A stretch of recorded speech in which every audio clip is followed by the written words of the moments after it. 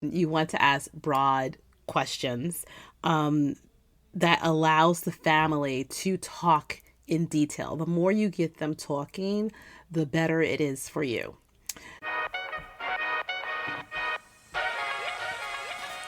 Welcome to Start with Occupancy, the podcast for senior living owners, operators, and sales professionals. Hi, I'm Tiffany, marketing strategist and former corporate baddie who got tired of producing results for Wall Street and wanted to make a change on Main Street.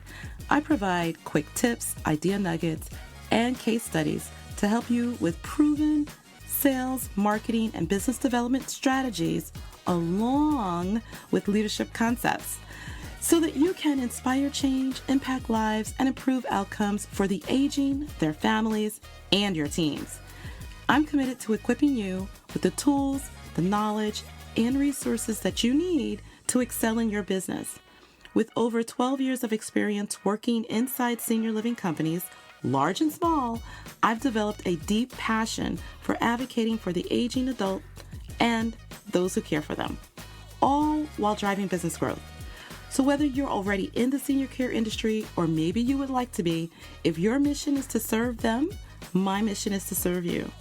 Join me as we unravel the strategies and tactics that drive success in your business while making a difference in someone's life.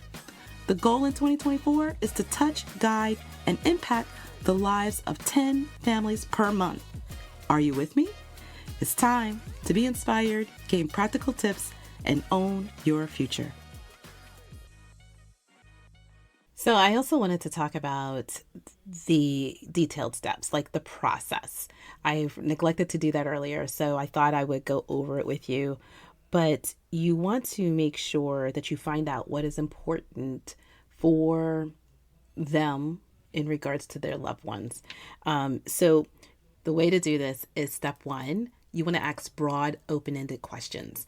That seems so logical, but if you ask questions that is a yes or a no, that's all you're going to get, and it shuts down the conversation. You want to ask broad questions that allows the family to talk in detail. The more you get them talking, the better it is for you.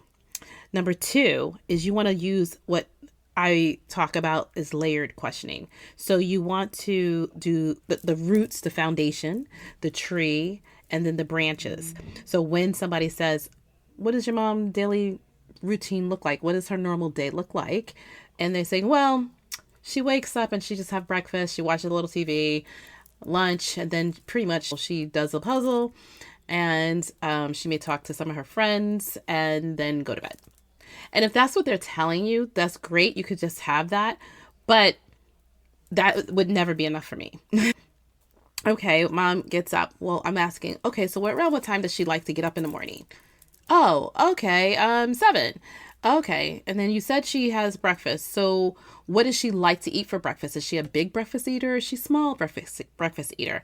And so then they're going deeper. And then I heard you mention she likes the television. So what shows does she like to watch? Because now I can get a better feel. Is she a game show type of person? Is she a soap opera person? What are her favorite shows? That is when I talk about going deeper, layering the questions for follow-up. Then number 3 is to ask what we call situational questions. What does your mom currently enjoy doing day in and day out? One question I used to ask is, what does your mom enjoy doing, but because of the situation she's in, she's no longer able to enjoy it or able to do it? So now I'm looking for opportunities. These are opportunities that I can fill in a hole in this person's life in some form or fashion. So my mom used to love cooking, or my mom used to love baking. She can't do it anymore. Oh, okay. So I'm not solving their problem at this point, and I'm not jumping to saying how I can help at this point. But what I am doing is writing down and notating what they're saying. So then at the end, when I'm wrapping it up, I can talk about, well, we have a baking club, or we do this, or whatever it is, or whatever I can create. It's your own community. So you can create things based off of what the people who live there like to do or like to see. And so that is why we ask that question. And then you want to confirm that you're understanding what they're saying by repeating it back to them to make sure that you heard it correctly. And so these are the ways to ask questions, get feedback from them, and then to confirm that what you are getting and hearing is what they're saying. And so that may look like this.